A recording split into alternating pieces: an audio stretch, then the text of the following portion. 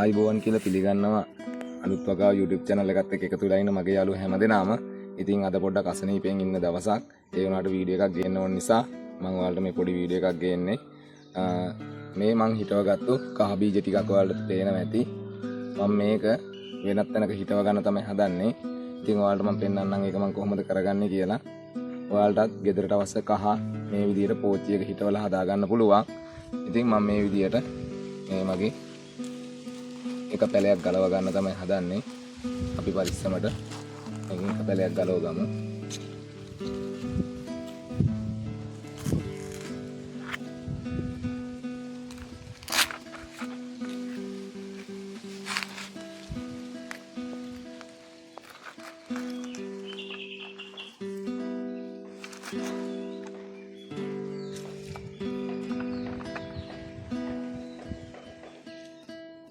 මේ ආකාරයට කහ පැලයක් ගලව ගත්තා. මේක තමයි අපි කවර් එක හිටව ගන්න හදන්නේ.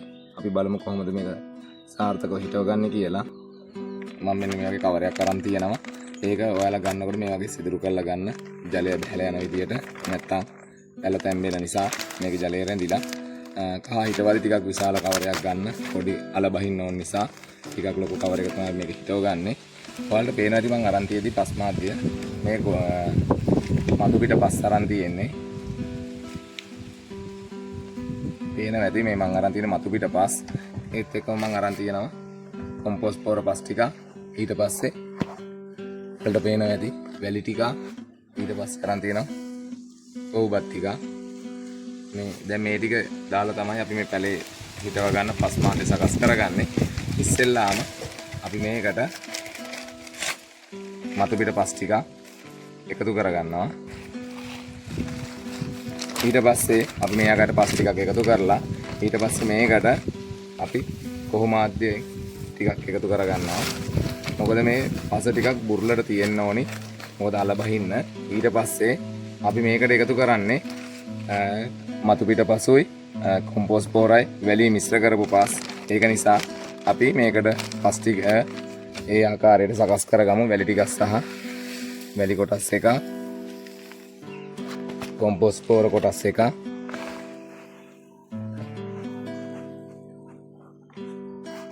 ඉතුරු ටිකට මතු පිට පස් එකතු කරලා අපි මේ ආකාරයට අස්මාද්‍ය සකස් කරගමු.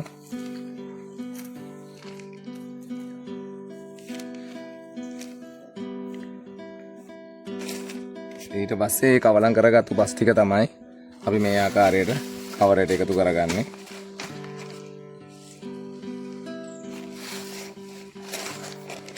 හොඳට අස බුර්ලට තියෙන තරමට තමයි කහ ශාකය වර්ධනය වෙන්නේ. හොඳට අපිට කහ වලින් හොඳ අස්වැන්නක් ලබා ගන්න පුළුවන් වෙන්නේ. ඒක නිසා ඔයාලා මේ ආකාරයට හිටවලා බලන්න. ගෙදරට අවශ්‍ය කහ ටික පහසුවෙන් ගෙදරම හදා ගන්න පුළුවන්. වෙළඳ පොලෙන් මිලදී ගන්න අවශ්‍ය නැහැ. ඊට පස්සේ අපි නැවතත් මේකට කොහොබත් ටිකක් එකතු කරගන්නවා. දැන් නැවතත් අපි මේ ආකාරයට පස් ටිකක් අවලං කරලා මේක පුරව ගමු.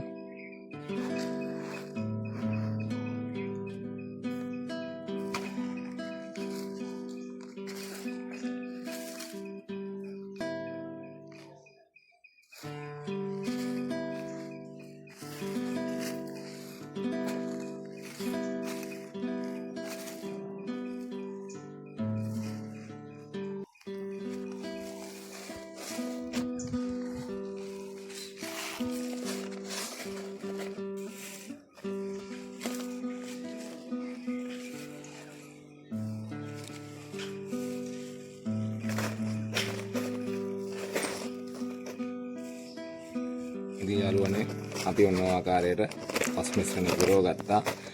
දැන් අපි හදන්නේ කහ පැලේ හිටව ගන්න. මේ තියෙන මං ගලවගත්තු කහ පැලය මම මේක වෙන තැනක පැල කරලා තමයි මේ ගලවගෙන ආවේ. ඊට පස්සේ අපි මේක හිටවද්දි අපි මේ ආකාරයට පහසුවෙන් මේක හිටව ගන්න පුළුවන්.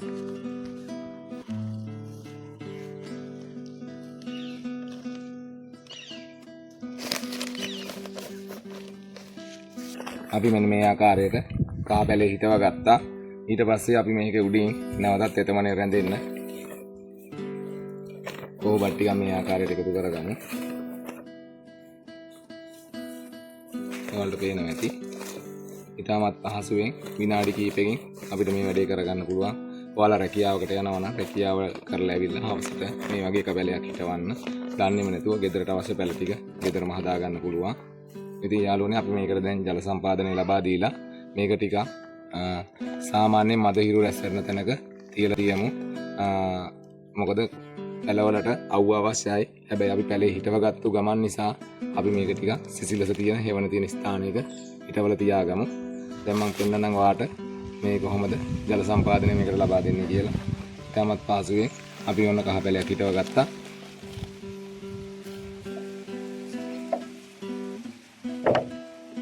ඔන්න යාළුවනේ මම මේකට ජලය ලබා දෙනවා. ජලය ලබා දීලා අපි මේක සෙවන තියෙන ස්ථානයක තියලා දෙමු ටික දවසක්. දැඩි හිවි රස්නියට නිරාවරණය වෙන්නේ නැති වෙන්න මේක පැලවෙනකම්. ඉතින් යාළුවනේ අලුත් වගා YouTube channel එක බලන පළවෙනි වතාව නම් channel එක subscribe කරලා අපිත් එක්ක දිගටම එකතු වෙන්න. ඉතින් මේ වගේ වීඩියෝ අපි දිගටම ගේනවා. ගිහින් එන්න. ඔයාලා හැම දිනාටම සුබ දවසක්.